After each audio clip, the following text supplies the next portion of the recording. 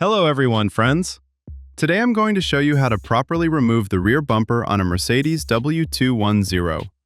I'll try to explain everything as simply as possible and without unnecessary details, so anyone can do it yourself. Make sure to watch the video until the end, it will definitely be useful. So, first of all, open the trunk. Here we have a plastic cover that must be removed before taking off the bumper. It's held in place by about 6 clips. Carefully remove all the clips and set the cover aside. After that, we can move on to the bumper itself. Watch closely. The mounting bolts are located in the center and on the sides. In total, there are about 3 bolts here. To remove them, we're using a ratchet with a 13mm socket.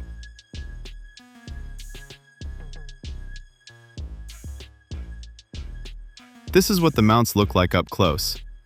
Once all the bolts are removed, we can start taking the bumper off. But before doing that, make sure to check the side sections, because in some cases there may be additional screws. In our case, there are, so we remove them using a regular screwdriver. Now you can carefully pull the bumper toward yourself.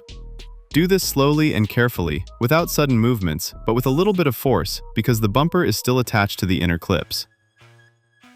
Now I'll show you how everything looks from the inside. Take a closer look. This plastic mount locks into the guide rail. That's why the bumper needs to be pulled straight toward you to avoid breaking anything. That's it, friends. I hope this video was helpful for you. If it helped, make sure to leave a like and subscribe to the channel. Thanks for watching, and see you in the next videos.